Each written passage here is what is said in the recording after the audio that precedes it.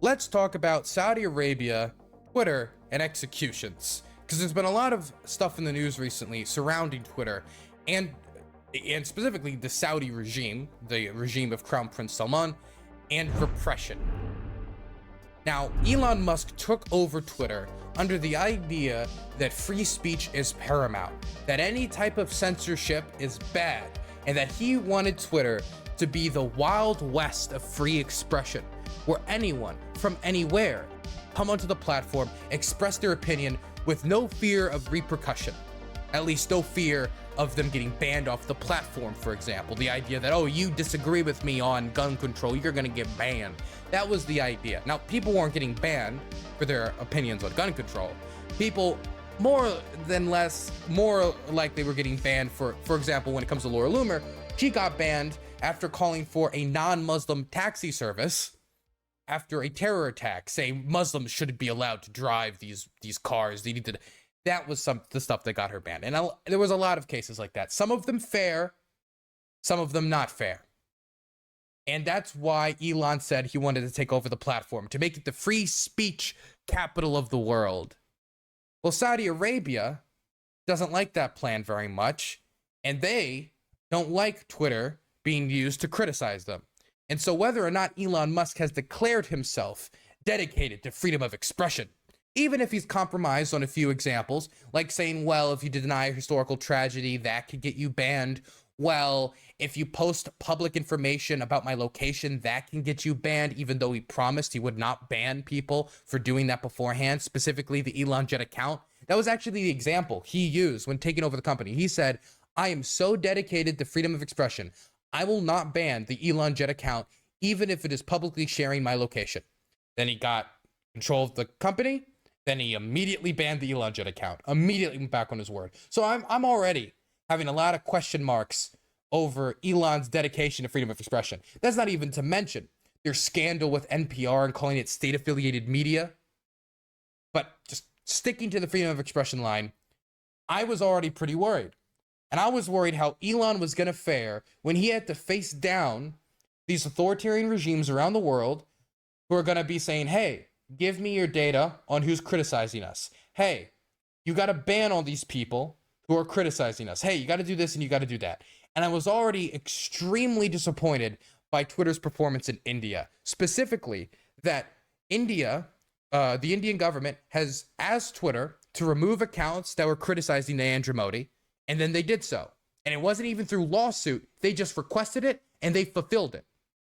Not only did they fulfill requests to remove posts and users who are critical of Narendra Modi, the accounts they didn't remove that were requested were still blocked in India, so they couldn't be accessed for activists who are critical of the Indian government and critical of Narendra Modi. A documentary, a BBC documentary, mind you. So this isn't some like crackpot bullshit off of the Alex Jones InfoWars website. This is a BBC documentary on Narendra Modi and his responsibility and complacency in reaction to a massacre that happened in India.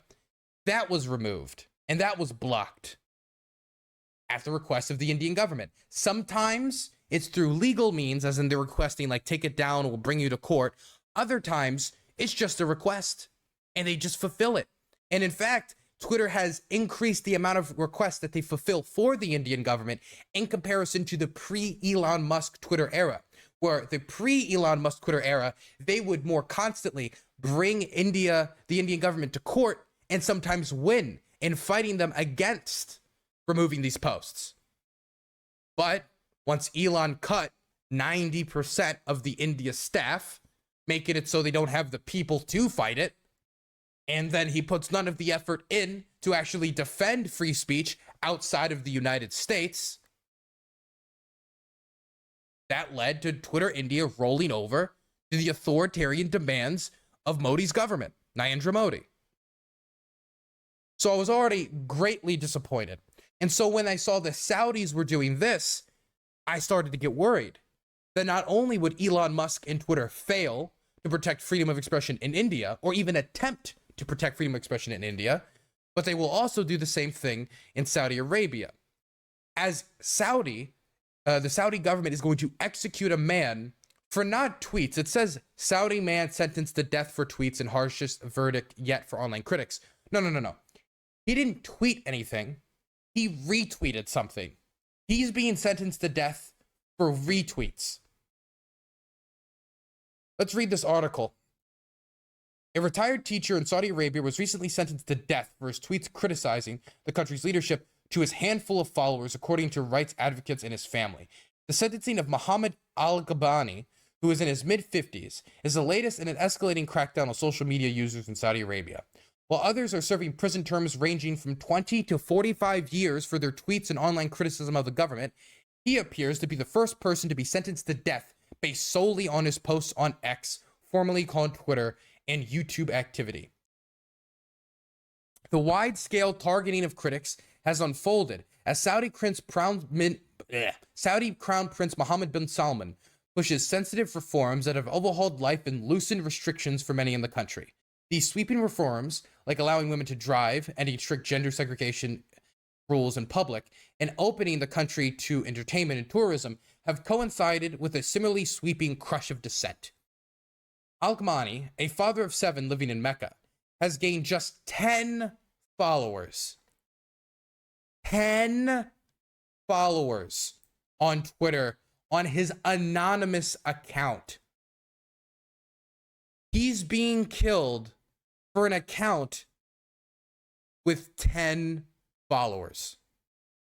Nobody is reading his tweets. Nobody is looking at his messages.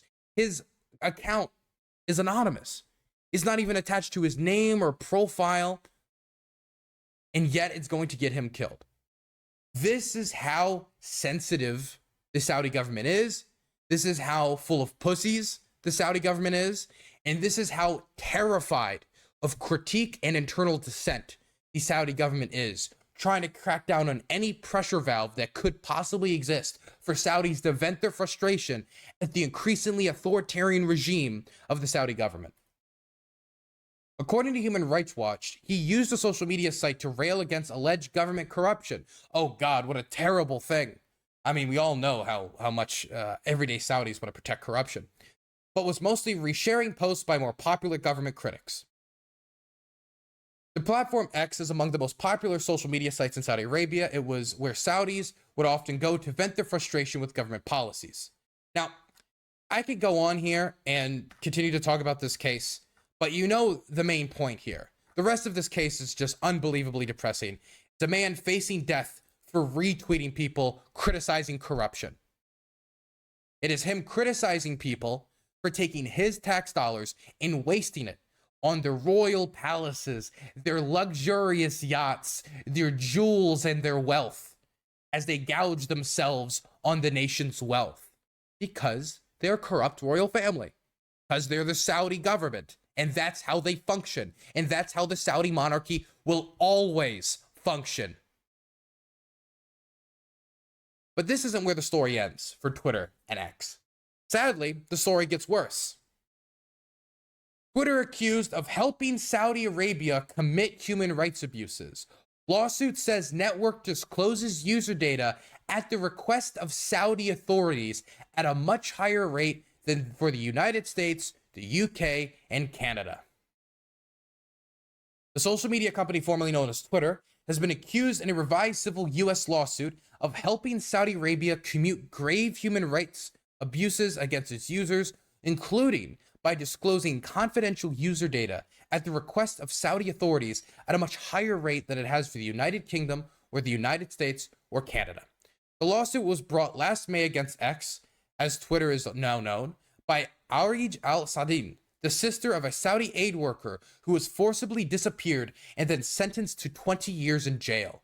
It centers on the events surrounding the infiltration of the California company by 3 Saudi agents, 2 of whom were posing as Twitter employees in 2014 and 2015, which ultimately led to the arrest of their brother and the exposure of the identity of thousands of anonymous Twitter users, some of whom were later reportedly detained and tortured as part of the government's crackdown on dissent. Lawyers for al-Sahid updated their claim last week to include new allegations about how Twitter, under the leadership of then Chief Executive Jack Dorsey, willfully ignored or had knowledge of the Saudi government's campaign to ferret out critics, but because of financial considerations and efforts to keep close ties to the Saudi government, a top investor in the company, which is now, I think, the second largest shareholder under Elon Musk, meaning the Saudis have more influence over Twitter than ever. Elon worked with the Saudi government sovereign wealth fund and the manager of the sovereign wealth fund to purchase Twitter, meaning the main shareholders and the main owners of Twitter is Elon Musk and then one of the most repressive regimes on the planet. I wonder why Elon Musk, this free speech, supposed free speech absolutist, when he compromises on it all the time, and I would even say doesn't only compromise on it, but is hypocritical on it. How did this free speech absolutist did not see from a mile away, and I'm not just blaming Elon Musk here, I'm blaming Jack Dorsey as well, because he just looked the other way. This isn't just an Elon Musk problem, this is a Twitter problem more broadly, but it's only gonna, in my opinion, Elon Musk isn't gonna do anything about it, and he has yet to do anything about it, and from his actions in India, I have no confidence in his ability to protect government dissenters and its users from the Saudi government, from the Indian government, or from any government, except the American government, so he can, of course, virtue signal to his American audience about how brave and patriotic and how much he's fighting for freedom of expression in the United States, not overseas, of course. Who gives a fuck about the foreigners? I don't believe that Elon Musk is genuinely dedicated to freedom of expression. I don't. If he was, he wouldn't be caving to the Indian government left and right and undercutting the Indian staff and fighting against their repression of documentaries, of users, of criticism, and of activists who have been lambasting the Indian government. If he genuinely cared about freedom of expression, he would have thought twice before partnering with one of the most repressive regimes in the world to do a free speech revolution. Hey guys, I'm gonna work with, I really care about the issue of child sex trafficking. And so I have gotten benefactor Jeffrey Epstein to help me combat this great evil. Does he not see the problem here? How does he not see the problem? He's the richest man on the planet. It's either he isn't genuine of it, he isn't genuine about this, he isn't genuine about how dedicated to freedom of expression he said he was when he took over the company, and his compromises that I expected him to take, because when you're hosting a platform as large as Twitter, you're going to have to make compromises on, okay, yes, we'll ban the people spamming slurs. Okay, yes, we'll ban the bots. Okay, yes, we'll ban this, we'll ban that. There's going to have to be compromises. He's gone further in compromising with authoritarian regimes than it ever did under Jack Dorsey, even though Jack Dorsey also, as this article talks about, had failures. It feels kind of a little bit like Napoleon. Napoleon, oh, I'm a soldier of revolutionary France. We care about the revolution. Anyway, here I am. I'm now in control of everything. I'm the absolute monarch. I'm the king. That's what we feel. That's what it feels like to me right now.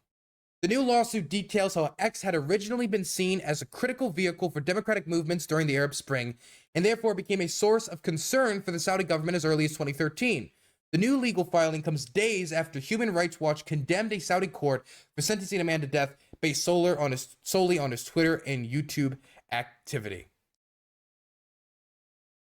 Twitter is failing to stand up for freedom of expression. Elon Musk is failing to stand up for freedom of expression, and he set himself up to fail by getting in bed with butchers.